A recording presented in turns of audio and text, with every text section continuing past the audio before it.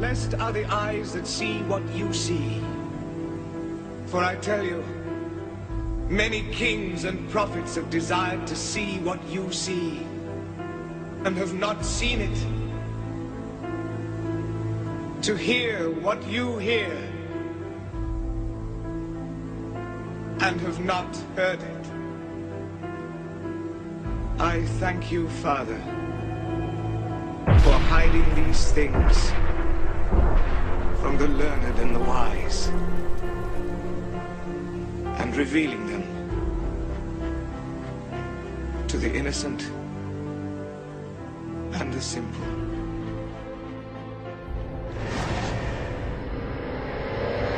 California has been in dire need of rain lately, and this weekend they're getting some, too much in parts, leading to flooding and at least 2 deaths. So much rain fell outside Sacramento, nearly 3 inches in 24 hours. A woman died when her car got trapped on this highway. Another driver died in San Ramon. Heavy rain and strong winds in northern and central California downed trees and snapped power lines. In Southern California, emergency crews pulled several people out of the Los Angeles River. Rough waters in Oregon left 3 surfers stranded, forcing this Coast Guard rescue. Wind gusts there reached more than 50 miles per hour. State officials say several more El Nino storms like this one are needed before California can emerge from its 4-year drought. North Korea warns the U.S. against provocations on the Korean peninsula, threatening Washington with a military response. If a war breaks out on the Korean peninsula, the U.S. will be held accountable for igniting the war by mobilizing their massive strategic means and war hardware here, regardless of who mounted a preemptive attack. We have cutting-edge attack methods to beat up the U.S. mainland at any time and from anywhere.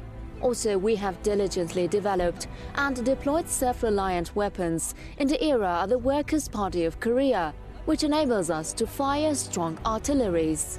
Pyongyang denounced U.S.-South Korea joint war games scheduled for next week. North Korea is also angry over a recent resolution by the United Nations Security Council, which imposed tougher sanctions on Pyongyang.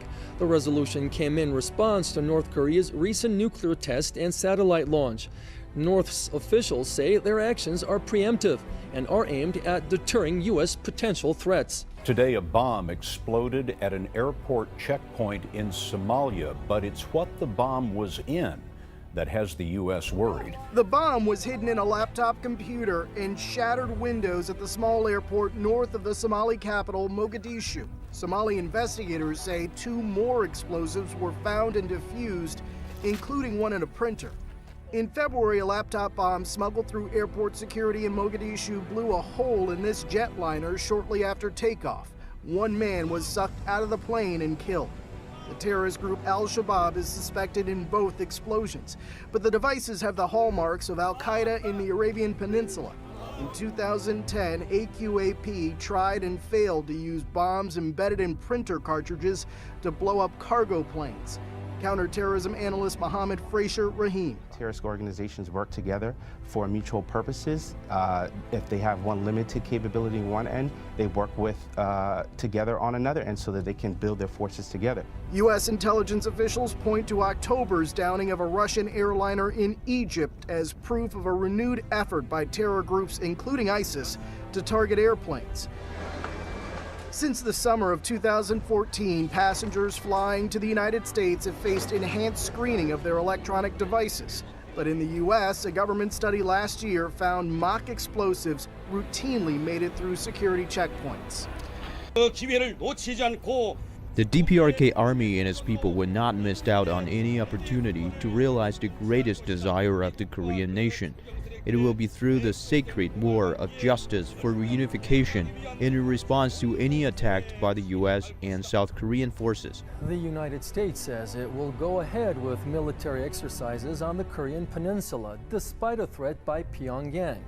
According to a State Department spokesman, Washington took the threat seriously, but will not scale back the joint war games with Seoul that began on Monday. John Kirby added that North Korea's posturing only makes the annual military event more important for Washington, which remains committed to South Korea's security. Earlier, North Korea announced putting its nuclear weapons on alert and warned of preemptive strikes against South Korea and the United States. In a statement, Pyongyang also called the Washington-Seoul military drills as the most blatant provocation to stir up a nuclear war. On Sunday, a truck packed with explosives was detonated by a suicide bomber at the main checkpoint guarding the northern entrance to the city of Hilla. Police said 11 people were arrested in Jabala, a town 35 kilometers northeast of Hilla, as part of the probe into Sunday's attack. And tonight, the Pentagon is claiming a big victory against al-Shabaab terrorists. In one of the biggest counterterrorism strikes in years, U.S. warplanes have reportedly killed 150 people over the weekend at what the military says was a terrorist training camp. Syrian Kurdish fighters accused the foreign-backed militants of shelling their positions in Aleppo province with chemical weapons. Now, Kurdish officials say that the shelling came from different areas, hitting the district of Sheikh Maksud. They said the weapons apparently had phosphor in them. The U.S. and Russia see Kurdish fighters as a key force against Daesh terrorist group in northern Syria. Kurds have been engaged in fierce fighting with Saudi-backed militants in recent months. This video appears to show the aftermath of an ISIS chemical weapons attack using a mustard agent in Syria last year. But a recent operation mounted by Delta Force commandos inside Iraq may have disrupted future chemical attacks by ISIS. In a raid last month, Delta captured an ISIS chemical weapons expert, an Iraqi who had once worked for the regime of Saddam Hussein. After interrogating him, U.S. intelligence was able to identify a building in Mosul where mustard agent was manufactured and loaded into artillery shells.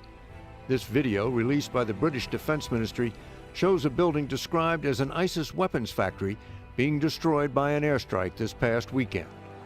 By Pentagon count, ISIS has mounted a dozen chemical weapons attacks in Iraq and Syria. Just the day before the strike on the chemical weapons building, U.S. aircraft targeted this top ISIS commander, known by the alias Omar the Chechen, who the Pentagon considered to be the equivalent of the group's Secretary of Defense. U.S. intelligence is still trying to confirm if he was, in fact, killed. The National Guard is rolling in Louisiana tonight. The governor has declared a state of emergency.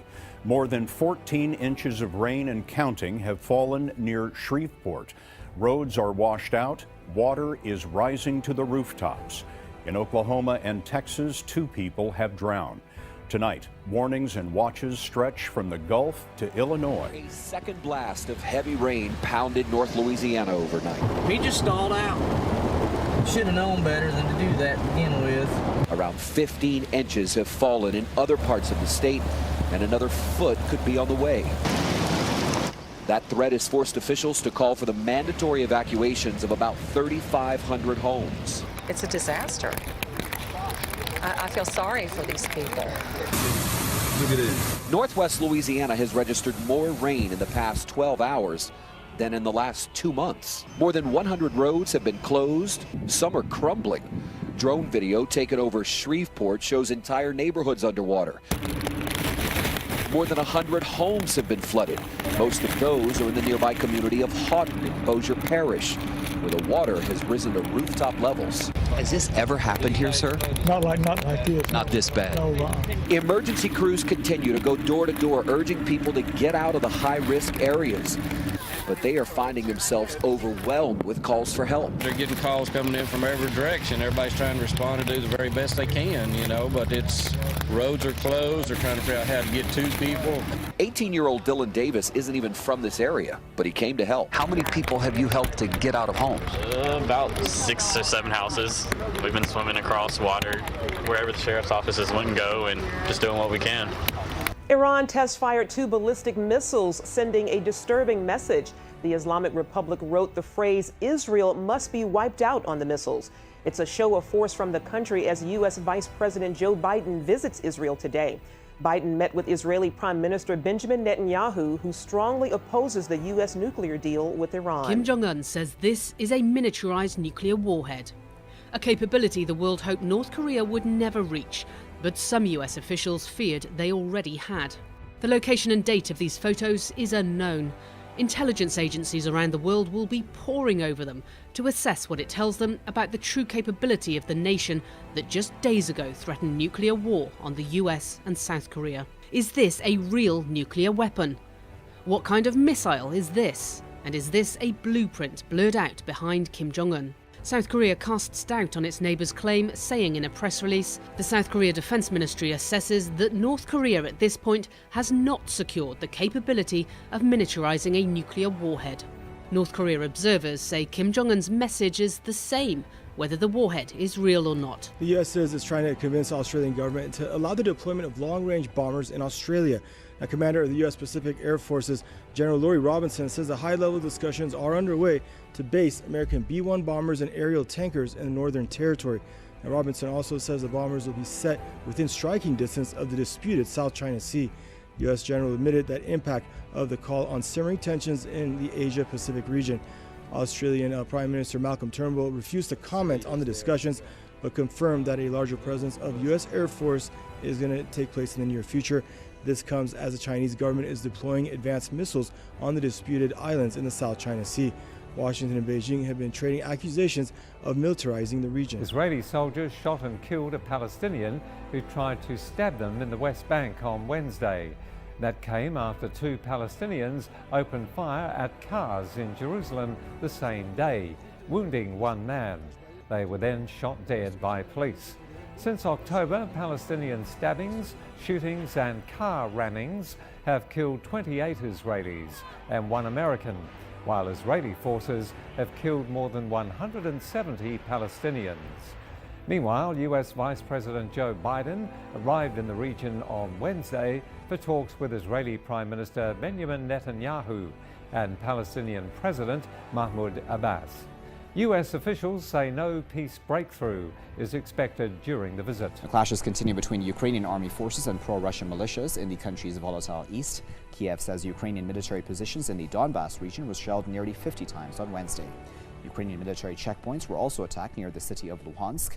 According to the army, grenade launchers and submachine guns were fired at its positions near the cities of Donetsk and Mariupol. Pro-Russia forces have also reported 2 attacks in the city of Luhansk over the past 24 hours. There have been no reports of any casualties. The peace deal signed between Kiev and representatives of the Donetsk and Luhansk regions in February 2015 has been violated on an almost daily basis. Over 9,000 people have lost their lives in the conflict in East Ukraine since April 2014. Public health officials believe it won't be long before the U.S. sees mosquitoes carrying Zika virus, which has been linked to birth defects. The Brazilian town of Piracicaba is taking a very different approach in its battle against Zika. It's fighting mosquitoes with more mosquitoes, millions more. We release 800,000 mosquitoes per week in this neighborhood. But the mosquitoes that biologist Cecilia Kosman releases are genetically modified by a British company, Oxitec, to contain a lethal gene. In order to survive, the engineered insects need an antibiotic, which they receive as they're raised in the lab. Then they're released so they will mate in the wild. Outside the lab, without the antibiotic, they die, as do their offspring who carry the same lethal gene. If you fight the mosquito, you're fighting every disease that mosquitoes can transmit. The Aedes aegypti mosquitoes can breed in almost any standing water. Drainage ditches, the bottom of a trash bag, a simple puddle. Breeding sites are constantly monitored. A second gene alteration makes the larvae fluorescent, so they're easy to count. The company says the larvae population in the area dropped by 82% in less than a year. We know we can eradicate the Aedes aegypti mosquito. Dr. Peter Hotez is one of the leading tropical disease experts in the world. He says an aggressive international campaign led to the near eradication of Aedes aegypti back in the 1970s, but the species has rebounded.